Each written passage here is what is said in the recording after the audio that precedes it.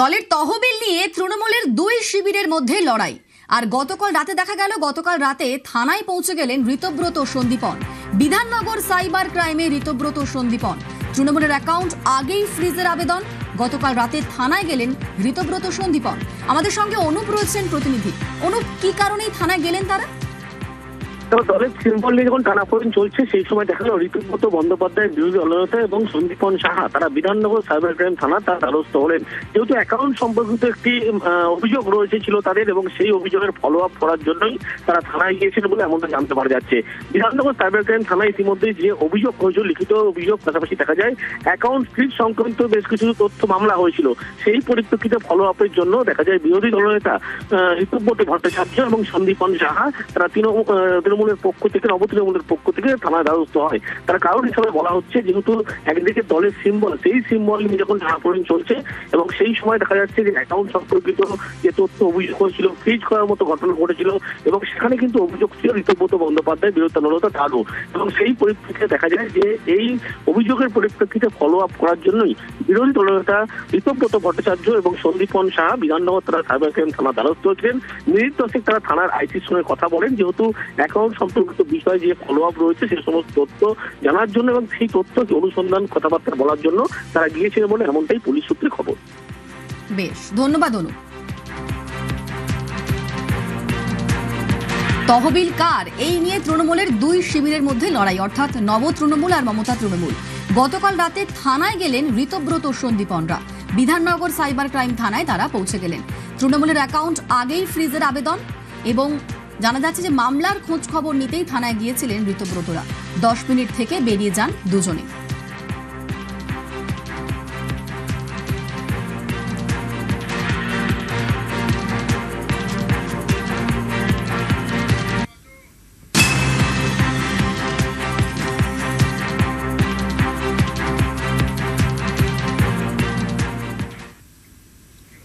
আসল তৃণমূল কারা?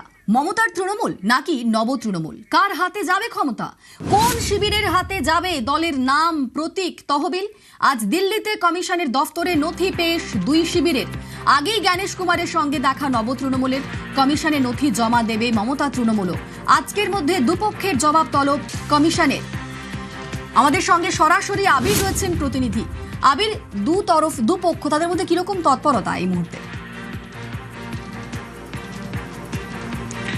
12:30টার সময় হচ্ছে কল্যাণ বন্দ্যোপাধ্যায়, ডেরেক ওব্রায়ান তাদের গিয়ে পৌঁছানোর কথা হচ্ছে ইসিআই এর অফিসে, এবং নিয়ম বলছে যে এই ধরনের নথি বা তথ্য ইমেল মারফত বা পোস্ট মারফত পাঠানোই যায়, তবে তারা একদম সরাসরি গিয়ে জমা দিতে চাইছেন। অন্যদিকে ঋতব্রত বন্দ্যোপাধ্যায় শিবিরের তরফ থেকে গত 2রা জুলাই তারা দেখা করে এসছেন, 45 মিনিটের বৈঠক করেছেন জ্ঞানেশ কুমার এবং তার টিমের সাথে, এবং ওই দিনকে বিকেলবেলায় যে চিঠি পাঠানো হয় এবং সেখানে বলা হয় যে দুপক্ষকেই তাদের যে জবাব সেই জবাব দিতে হবে। তো এই পরিস্থিতিতে অবশ্যই আজকে তাদের উপস্থিত থাকাটা অত্যন্ত গুরুত্বপূর্ণ হতে চলেছে, এবং তারা যখন কথা বলবেন, তারা যেখানে জমা দেবেন সেখানে এক হচ্ছে ব্যাকগ্রাউন্ড, তাদের যে ইতিহাস, তাদের যে এতদিন ধরে যে রাজনৈতিক যে আন্দোলন তারা করে এসছেন তার যাবতীয় বিষয়কে তারা তুলে ধরার চেষ্টা করবে। আর অন্যদিকে হচ্ছে এতদিন থাকার পরেও কেন যথাযথভাবে চেয়ারপারসনকে মনোনীত করা হয়নি, নির্বাচনিত হয়নি, এবং এক্ষেত্রে দাঁড়িয়ে সিদ্ধান্ত মতে কোনো একটি ঘটনা ঘটিয়ে নেওয়া হয়েছে, এক্ষেত্রে দাঁড়িয়ে সেই প্রসঙ্গের কথাও তারা তুলে ধরার চেষ্টা করবেন। সর্বোপরি উভয় পক্ষই তথ্য নিয়ে হাজির। তবে মূল যে লড়াইয়ের জায়গাটা সেটা তৈরি হচ্ছে, সেটা হচ্ছে জাতীয় কর্মসমিতি কিভাবে তৈরি করা হয়েছিল, এবং সত্যি সেই জাতীয় কর্মসমিতির অস্তিত্ব আছে কিনা, এবং সেই অস্তিত্ব থাকলে তা কিভাবে কাজ করেছে, এটাই হচ্ছে মূল লড়াইয়ের জায়গা। এবং আজকে দুই পক্ষই সেই তথ্য নিয়ে হাজির হচ্ছে ইসিআই এর সামনে। আবির, দলের রাশ হাতে রাখতে কি কি দাবি করতে পারে তৃণমূলের দুই শিবির? দেখো, প্রথম যে শিবির অর্থাৎ মমতা বন্দ্যোপাধ্যায় শিবির, তাদের তরফ থেকে ইতিহাস জমা দেওয়া হচ্ছে। তৃণমূল কংগ্রেস তৈরি করার যে প্রেক্ষাপট সেটা জমা দেওয়া হচ্ছে। তারা গত কয়েক বছর ধরে বিভিন্ন ধরনের গণ আন্দোলনকে কিভাবে সংগঠিত করেছেন তা জমা দেওয়া হচ্ছে। এছাড়া তারা বলবেন যারা নব্য তৃণমূলের হয়ে তরফ থেকে দাবি করছেন তাদের যে নির্বাচনের যে মনোনয়ন, সেখানের ক্ষেত্রেও মমতা বন্দ্যোপাধ্যায় সই রয়েছে, সেটাকে তারা জমা দিচ্ছেন। পাল্টা ঋতব্রত বন্দ্যোপাধ্যায় শিবির একদম কোমর বেঁধে তৈরি। তাদের বক্তব্য হচ্ছে যে জাতীয় কর্মসমিতি বা চেয়ারপারসন বা পদাধিকার তৈরি হলো কিভাবে, যে 2012, 2017, 2022-এর কথা বলা হচ্ছে, সেখানে দাঁড়িয়ে মনোনয়ন করা করা হয়েছে, কোনো নির্বাচন করা হয়নি, অর্থাৎ সকলের পক্ষে মত নেই। দ্বিতীয়ত হচ্ছে হাতে গরম উদাহরণ চন্দ্রিমা ভট্টাচার্য, যাকে নির্বাচনের ফল ঘোষণার পর জাতীয় কর্মসমিতি ডেকে কালীঘাটপন্থীর তরফ থেকে রাজ্য সভাপতি করা হয়েছিল, তিনি অনাস্থা প্রকাশ করে বেরিয়ে এসছেন। এছাড়া গণ আন্দোলনে যুক্ত থাকা একটি দলের যে বিভিন্ন ক্ষেত্রে দাঁড়িয়ে শীর্ষস্তরে থাকা নেতাদের যে দুর্নীতির বিষয় বা প্রসঙ্গ, সেটাকেও তারা তুলে ধরার চেষ্টা করবেন। ফলে দুই পক্ষই, আমাকে তো শুরুতে বলছিলাম যে আটঘাট বেঁধে তৈরি হয়ে রয়েছে যে কোন ধরনের আক্রমণের পথে তারা যাবেন বা কি ধরনের তথ্য তারা জমা দেবেন, সেটাই আজকে দুপুরবেলার পর থেকে নির্বাচন কমিশনের মধ্যে দুই পক্ষই সেই তৎপরতা নিয়ে হাজির হচ্ছে। বেশ, নজর থাক। ধন্যবাদ আবির। তৃণমূলের লোগো তহবিল কার দায়িত্বে? জোড়া ফুল কি হারাতে চলেছেন মমতা? মমতা কি ধরেই নিয়েছেন প্রতীক হাতছাড়া হতে চলেছে? শনিবার মমতা বন্দ্যোপাধ্যায়ের মন্তব্যে জোর জল্পনা।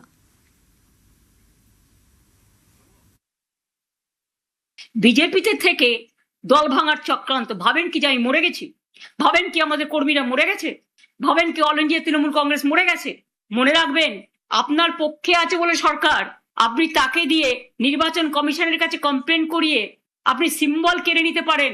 যদিও আমরা জানি সিম্বল আপনার পক্ষে যাবে না, কিন্তু ধরে নিলাম যদি ভ্যানিশ কুমার বাবু আমাদের পার্টিকে ফিনিশ করার জন্য ইলেকশনটাও করেছেন, যদি সিম্বল দিয়েও দেয়, তাতে কি যায় আসে? সিম্বল সেটাই হয় যেটা সাধারণ মানুষ গ্রহণ করে, তৃণমূল কংগ্রেসরা গ্রহণ করে। আমি এই সিম্বল নিয়ে 1 মাস 22 দিনের মাথায় আমি কিন্তু লড়াইটা করেছিলাম। তখন আমি সিম্বলটাও কাউকে চেনাতে পারিনি। আর এখন দরকার আমি গলায় সিম্বলটা ঝুলিয়ে মানুষের কাছে যখন বেরোবো, আপনারা কি আমার কণ্ঠরোধ করতে পারবেন? হঠাৎ করে গেল রব কেন? ভরসা রাখতে হবে কমিশনের ওপর, পাল্টা কটাক্ষ করেছেন ঋতব্রত। নির্বাচন কমিশন একটা অ্যাপেক্স বডি, প্রাতিষ্ঠানিক পোস্ট। মানে হঠাৎ করে ঠাকুর ঘরে কে আমি তো কলা খাইনি, হঠাৎ এগুলো বলতে হচ্ছে কেন? যে প্রতীকের কথা। ভরসা রাখুন না নির্বাচন কমিশনের ওপর, অ্যাপেক্স বডির ওপর তো ভরসা রাখতে হবে। দেশের তো একটা কাঠামো আছে, আইন আছে, সংবিধান আছে। রাজধর্মের পাঠ দিলেন রাজ্যপাল। নাম না করে নিশানায় কি মমতা বন্দ্যোপাধ্যায়? রাজ্যপালের নিশানায় কি প্রাক্তন মুখ্যমন্ত্রী?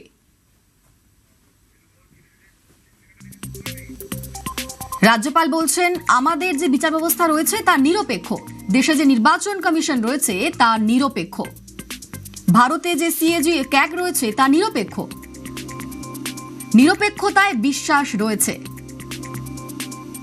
কিন্তু কয়েকজন যারা পদে রয়েছেন তারা কি করছেন? ভোটে জিতলে চুপ, হারলেই বলেন ভোট চুরি, হারলেই বলেন নির্বাচন কমিশন নিরপেক্ষ নয়। আদালত তাদের পক্ষে রায় দিলে চুপ, রায় বিপক্ষে গেলেই বলা হয় বিচার ব্যবস্থা নিরপেক্ষ নয়।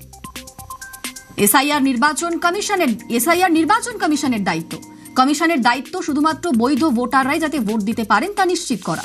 এই ইস্যুতে হেরে গিয়ে রাস্তায় নেমে পড়লেন, সমাজের নৈরাজ্য এবং বিশৃঙ্খলা তৈরির চেষ্টা, এটাই আমাদের কাছে সবচেয়ে বড় চ্যালেঞ্জ। এই মন্তব্য কি প্রাক্তন মুখ্যমন্ত্রীর উদ্দেশ্যে? সেই নিয়ে চলছে জল্পনা।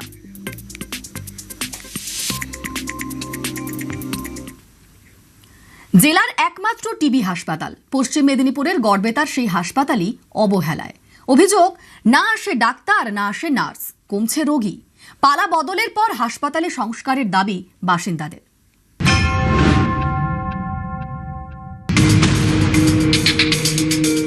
পশ্চিম মেদিনীপুরের গড়বেতার চন্দ্রকোনা রোড, এখানেই জেলার একমাত্র টিবি হাসপাতাল।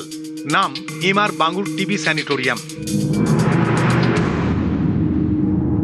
প্রায় 75 বছরের পুরনো হাসপাতাল।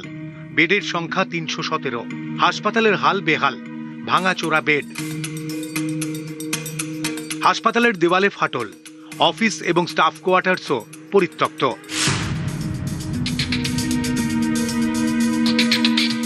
বাইরে পড়ে পড়ে নষ্ট হচ্ছে অ্যাম্বুলেন্স।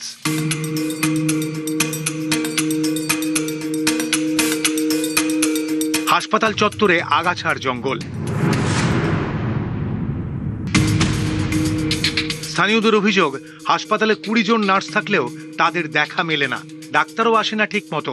অভিযোগ, সুপার নাকি মাসে একদিন হাসপাতালে রুটিন ভিজিট করেন। অবস্থা এমনই যে 317 বেডের হাসপাতালে এখন রোগীর সংখ্যা মাত্র 9। 30 দিনে একদিন আসে সুপার, মান্থ এন্ডে আসে, 4টার সময় চলে যায়, পুরাপুরি মাসের কাজ সব সম্পূর্ণ করে দেয়। লাইট জল কিচ্ছু নেই, 317 বেডের হাসপাতাল, 7 থেকে 10টি পেশেন্ট আছে, বেডের যা অবস্থা ওখানে কোনো পশু যাবে না। নতুন গভর্নমেন্ট এসছে, আমরাও সরকারের কাছে আবেদন করেছি যে এখানটা একটা এইমস তৈরি করা হোক। জঙ্গল